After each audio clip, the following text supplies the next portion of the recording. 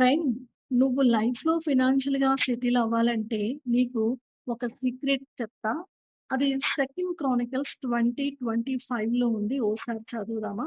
విస్తారమైన ధనమును, ప్రశస్తమైన నగలును కనబడెను. వారు తమకిష్టమైనంత మట్టుకు తీసుకొని, తాము కొనిపోగలిగినంత కంటే ఎక్కువగా ఒలుచుకొనిరి. కొల్ల సొమ్ము అతి విస్తారమైనందున దానిని కూర్చుటకు 3 దినములు పట్టెను. అంటే అందులో కొంత మాత్రమే తీసుకున్నారు. ఇంకా ఉంది అక్కడే. తాము కొనిపోగలిగినంత కంటే ఎక్కువగా ఒలుచుకొనిరి. అంటే మొయ్యలేక, మొయ్యలేక మోసుకొని పోయారు అనేగా.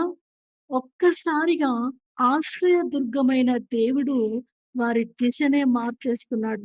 ఇటువంటి ఇల్లు మనం కట్టుబడి చేయాలంటే మన జీవితం సరిపోదు అనుకునే స్థితిలో పంట పైర్లను చూసి ఇటువంటి పంట భూమి మన పిల్లల పిల్లలు కూడా పొందే అవకాశం లేదు అని అనుకునే స్థితిలో డ్రీమ్ హౌస్, డ్రీమ్ ల్యాండ్ మనకు డ్రీమ్స్ గానే ఉండిపోతాయి అని అనుకునే స్థితిలో ఆడి కారులో వెళ్ళేవాడు కాలినడకన వెళ్ళేవాడిని చూసి వాడికున్న జీవితం అంతటిలో నాలాగా కారులో తిరగలేడు అనుకునే స్థితిలో పట్టజాలనంత విస్తారమైన దీవెనలు కుమ్మరించాడు సర్వశక్తిగల దేవుడు.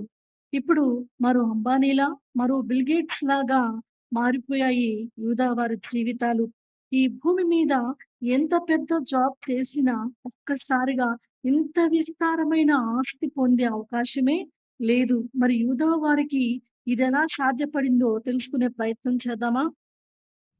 రెండవ దినవృత్తాంతములు 20వ అధ్యాయము 22వ వచనంలో ఇలా ఉంది. వారు పాడుటకును, స్తుతించుటకును మొదలుపెట్టగా యెహోవా యూదా వారి మీదికి వచ్చిన అమ్మోనీయుల మీదను, మోయాబీయుల మీదను, శేయీరు మన్యవాసుల మీదను మాటుగాండ్రను పెట్టెను గనుక వారు హతులైరి. అమ్మోనీయులను, మోయాబీయులను, శేయీరు మన్యవాసులను బొత్తిగా చంపి నిర్మూలము చేయవలెనని పొంచి ఉండి వారి మీద పడిరి. వారు శేయూరు కాపరస్తులను కడముట్టించిన తరువాత తమలో ఒకరినొకరు చంపుకొనుటకు మొదలుపెట్టిరి. వారు మన మహాదుర్గమైన యెహోవా నామంలో పాడి స్తుతించారు. అంతే. కత్తులతోనూ, ఖడ్గాలతోనూ, ఆయుధాలతోనూ, ఈటెలతోనూ, రాళ్లతోనూ వారు యుద్ధం చేయలేదండి. సంగీతంతో యేసుక్రీస్తు నామములో పాడి స్తుతించారు. ఇప్పుడు యూదా వారి జీవితాలు అన్ని విధాలుగా సెటిల్ అయ్యాయి.